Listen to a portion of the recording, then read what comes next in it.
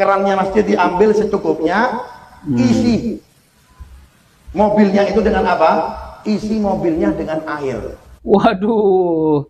Tangannya oleh beliau digerakkan. Begitu tangannya digerakkan, saudara, digerakkan begini, udara yang menyentuh tangannya jadi emas semua. Allahu Akbar. Bismillahirrahmanirrahim. Assalamualaikum warahmatullahi wabarakatuh. Alhamdulillahirabbil alamin. Assalatu wassalamu ala nabiyyina Muhammadin wa ala alihi wa sahbihi ajmain. Amma ba'du. Teman-teman yang dimuliakan oleh Allah Subhanahu wa taala, kita bertemu kembali di channel Cahaya Hidayah. Jadi di video kali ini saya akan membahas dan menampilkan, yaitu baru-baru ini, kumpulan cerita khurafat oleh oknum-oknum Habib. Jadi teman-teman, kita ini sebagai kaum muslimin harus berpikir cerdas. Jangan langsung percaya, jangan menjadi pandir, yaitu meyakini kisah tersebut itu adalah benar adanya. Padahal kisah tersebut itu hanyalah khurafatnya orang-orang yang mengaku Habib. Kisah khurafat-khurafat yang tidak benar, ya. Nah teman-teman, jadi ada Habib yang mengisahkan tentang bahwasanya kendaraannya itu habis bensin.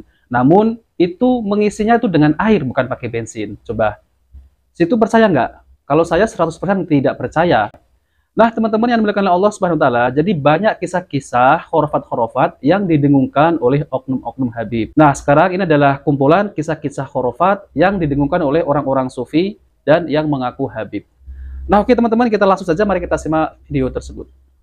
Keramatnya wali itu luar biasa. Dulu saya teringat, ya, orang tua saya cerita ini, satu mobil dengan Habib Soleh Tanggul. Oke. Ya, satu mobil dengan Habib Soleh Tanggul. Habib Soleh Tanggul itu Habib Soleh bin Muhsin Al-Hamid Tanggul. Kuburannya di Tanggul, sana di Jember sana. Ya, pergi ketika bertamu diajak sama Habib Soleh pergi dakwah. Ya, kemudian di tengah perjalanan mobilnya itu apa? Habis bensinnya. Oke, mobilnya habis bensinnya ya. Habis bensin kemana? Ya ke pom bensin ya. SPBU. Ya. Betul. SPBU, kemana? pom bensin. SPBU. Tapi Oke. kalau orang soleh, karena kenapa selalu bersandar dengan Allah Subhanahu wa taala, perginya kemana? Perginya ke masjid ambil air, bukan ambil bensin. Oh, jadi perginya itu ke masjid ambil air. Kirain ambil air wudhu untuk sholat sunnah ya. Oke, mari kita lanjutkan. Ya, kerannya masjid diambil secukupnya, isi mobilnya itu dengan apa? Isi mobilnya dengan air. Waduh, isi mobil pakai air. Wah, kok bisa ya teman-teman ya? Kok bisa ini ya? Tapi kalau muhibinnya ini memang langsung percaya ya. Isi banyu. Kalau menurut logis, akal sehat, ya, kalau dipikir dengan akal sehat, kira-kira mobilnya ini rusak apa enggak? Ya rusak, bos. Waduh, ya teman-teman ya. Jadi orang-orang sufi itu memang seperti ini ya. Yang nggak logis itu dilogis-logiskan. Allahu Akbar. Mobil itu diisi apa? Bensin, diisi desok, kok diisi banyu? Nah, teman-teman ya, sudah tahu kalau mobil ini harusnya diisi bensin, kok malah diisi air ya? Nah, Allahu Akbar. Orang nutuk otae. Orang nutuk otae. Gak bisa diukur dengan logis, dengan akal sehat. Wes melaku, Beb. Banyu ini, Beb. Melaku. Nah, teman-teman yang dimuliakan oleh Allah Subhanahu wa taala, jadi itulah ya, ini kisah-kisah baru, kisah pertama ya. Kendaraan mobil ini diisi dengan air ya. Ya, memang mereka ini kalau cerita ya seperti itu, cerita khurafat. Namun ya, saya 100% tidak akan pernah percaya. Ya, kita ini harus berpikir cerdas. Semua orang bisa menceritakan seperti itu ya. Namun inilah dakwah mereka itu memang selalu dengan kisah wali. Namun kenyataannya itu tidak ada kisah-kisah semacam itu. Maka dari itu, kita ini jangan menjadi pandir ya. Langsung percaya mentah-mentah cerita seperti itu. Nah, oke teman-teman, kita lanjut ke video yang baru lagi ya. Amel Haddad.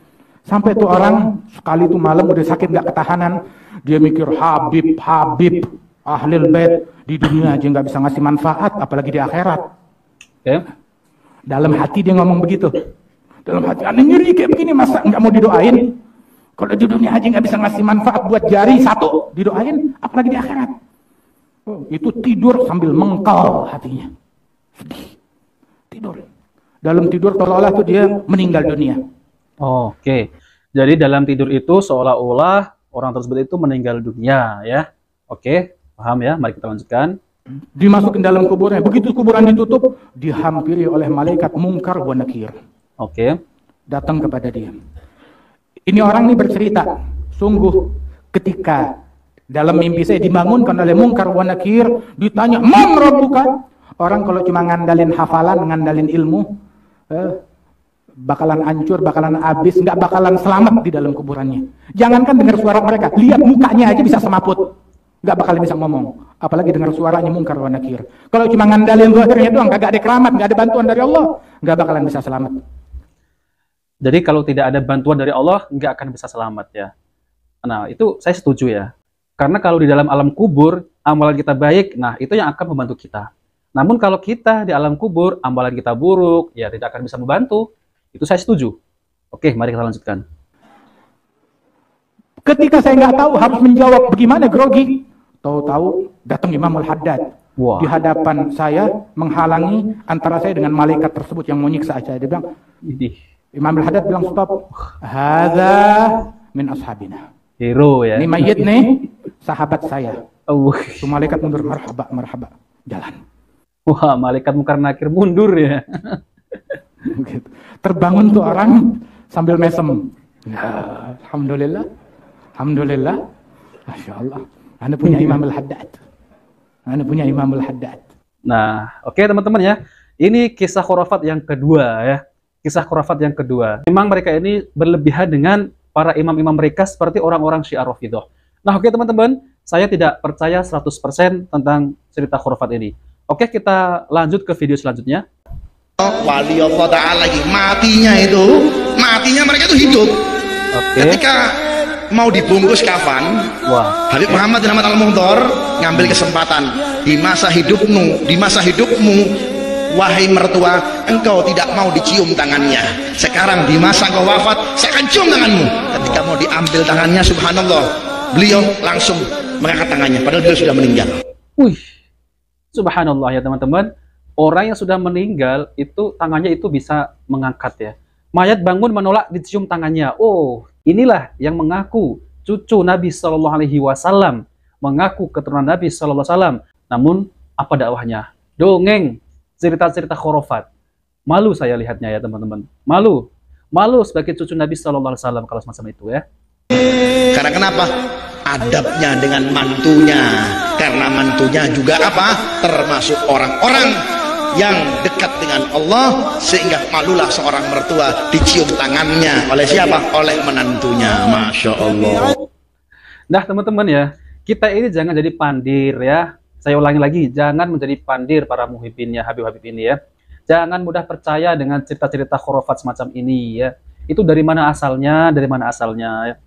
Kalian itu dibodoh-bodohi kisah-kisah semacam ini. Jangan mengiyakan. Memang mereka ini selalu membuat kisah-kisah agar apa? Agar menarik jamaahnya ya untuk dijadikan budak mereka. Itu sudah pasti ya teman-teman. Oke, mari kita lanjutkan kisah yang keempat. Nah teman-teman, jadi ini sangat disayangkan sekali ya. Kiai Idrus Ramli juga terpengaruh dengan kisah-kisah khurafat oleh orang-orang sufi. Nah oke teman-teman, kita langsung saja mari kita simak videonya. Suatu ketika Siti Rabi'ah Al-Adawiyah yang terkenal ulama sufi perempuan mau berangkat ke tanah suci. Ulama sufi ini pergi kemana-mana nggak bawa bekal. Ya. Mengapa? Pasrah kepada Allah. Ini sufi yang dulu. Di perjalanan singgah kepada ulama sufi laki-laki, waliullah juga. Cuma yang laki-laki levelnya di bawah beliau. Wali yang perempuan ini kelasnya lebih tinggi. Wah. Sampai di sana ditanya, Bu Nyai mau kemana? Saya mau ke tanah suci Kiai. Kok dilihat Bu Nyai ini nggak bawa uang? Dulu mata uang itu kan dirham atau dinar. Kalau dinar itu emas, dirham itu perak. Karena nggak bawa uang, waliullah yang laki-laki masuk ke rumahnya ambil satu kantong emas. Ini Bu Nyai katanya. Apa? Buat bekal di jalan. Mungkin mau beli apa-apa. Ya itu sudah benar. Ternyata bagaimana? Bu Nyainya nggak mau. Wah, saya nggak perlu ini katanya. Saya nggak perlu bawa kalau cuma emas. Lalu begitu, tangannya oleh beliau digerakkan. Begitu tangannya digerakkan, saudara, digerakkan begini, udara yang menyentuh tangannya jadi emas semua. Allahu Akbar. Ini dongeng apa lagi ini ya? Jadi gini mungkin ya, tangannya digerakkan, seret, itu emas semua. Saya tidak percaya, ya. Saya tidak akan percaya dongeng-dongeng khurafat semacam ini. Jangan jadi pandir. Oke, mari kita lanjutkan. Gini aja banyak emas di tangannya. Lah, saya tak perlu bawa. Saya gini aja sudah emas ini. Tapi saya tak perlu, tak buang katanya. Ambil sampean aja.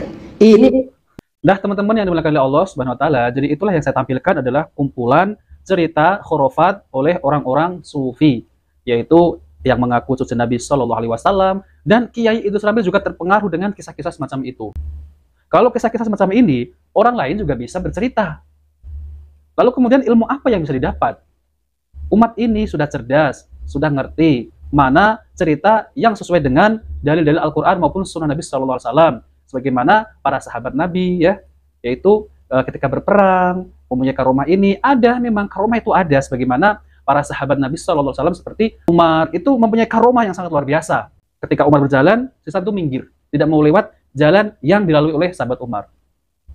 Itu memang ada riwayatnya. Namun kalau kisah-kisah macam ini, ya, yang tidak logis itu menjadi logis, itu orang-orang sufi. Maka dari itu bahaya, ini sangat bahaya sekali. Dan saya nasihatkan para muhibin agar sadar dengan kisah-kisah tersebut ini. Nah, teman-teman, jadi ini ada nasihat dari Ustadz Dr. Firanda Andirja MA Hafidhahullah Ta'ala, yaitu tentang tercelanya sufi ekstrim, yang mereka ini selalu mengisahkan kisah khurafat dari leluhurnya, padahal kisah tersebut itu belum tentu kebenarannya, dan dusta, yang ada hanyalah dusta. Oke teman-teman, kita langsung aja, mari kita simak videonya. Maka janganlah jadi orang pandir yang sedikit-sedikit kemudian menelan bulat-bulat cerita tentang khurafat, fulan muncul, 2 muncul, 3 ya. Saya pernah cerita kawan saya. Jadi ada seorang, saya terkenal sih, tapi saya nggak sebut namanya ya. Teman ini dia agak, jadi apa namanya? Dia melihat orang tersebut, tokoh sufi tersebut, tidak pernah sholat Jumat. Tidak pernah sholat Jumat. Cerita langsung sama saya, tidak pernah dia sholat Jumat. Penasaran. Akhirnya kalau dibilang kenapa si fulan tidak sholat Jumat? Oh, dia sholat Jumatnya di Mekah. Oke. Sholat Jumatnya di Mekah. Akhirnya suatu hari ketika Jumatan, ini orang tidak sholat Jumat. Bukan cuma tokoh sufi aja, ini orang ikhwan ini tidak sholat Jumat juga. Dia pengen penasaran, dia pengen tahu itu orang kemana, kok tidak sholat Jumat. Akhirnya ketika orang lagi Jumatan, dia bertamu ke rumah orang tersebut. Kalau masalah seorang ya adalah pemain terkenal. Akhirnya dia ketuk pintu, dia maksa, oh enggak, saya pingin masuk. Ternyata orang yang sufi tadi sedang main gitar atau main piano lah. Main tidak gitar, Jumatan. piano. Lah, gimana? Kok tidak Jumatan? Nah, akhirnya dia diheboh, dia bilang gimana? Katanya ke Mekah. Kok tadi saya dia main piano ya, atau main gitar. Maka dikatakan kepada dia, yang kau lihat itu salah satu bagian dia di Mekah. Jadi ada dua. Satu lagi main piano, satu lagi ke Mekah. Allah Akbar. Ajib ya. Ajib ya. Dan demikianlah orang kalau sudah masuk dalam sufi ya, semuanya jadi yang tidak logis jadi logis menurut mereka. Benar tadi kata Imam Syafi'i jadi pandir ya. Nah, teman-teman yang dimuliakan oleh Allah Subhanahu wa taala, jadi itulah ya nasihat dari Ustadz Dr. Firanda Andirja MA Hafidhahullah Ta'ala, yaitu tentang terkait masalah kisah-kisah khurafat oleh orang-orang sufi, Habib maupun tidak Habib ya. Karena kalau ada orang yang menceritakan kisah tersebut, itu jangan percaya, ntar jadi pandir ya, kata Imam Syafi'i itu ya. Maka dari itu ya teman-teman, kita ini harus ya berhati-hati ketika memilih majelis ilmu. Jangan-jangan yang kita dapat ini bukan ilmu, malah kisah-kisah khurafat. Apa yang bisa diambil dari kisah tersebut ya? Yang ada hanyalah kita ini menjadi bodoh, menjadi terbelakang dengan kisah-kisah tersebut. Nah, kalau kajiannya itu Al-Quran, Sunnah Nabi, Qala Allah, Qala Rasul, Allah berfirman, Rasulullah SAW bersabda, ya. Nah, itu ambil ilmu dari itu. Tapi kalau kajiannya isinya hanya dongeng, nggak usah didatangi. Ini nasihat dari saya. Nah, maka dari itu ya teman-teman, banyak ini ya, terlalu banyak kisah-kisah khurafat yang ingin saya tampilkan. Namun, ini cukup 4 kisah ya tadi ya, 4 kisah dusta yang saya tampilkan. Jangan percaya dengan kisah-kisah tersebut. Nah, oke teman-teman, itu saja yang bisa saya sampaikan ya. Jika video ini bermanfaat, jangan lupa like dan subscribe di channel Cahaya Hidayah. Wabil taufiq wal hidayah. Wassalamualaikum warahmatullahi wabarakatuh.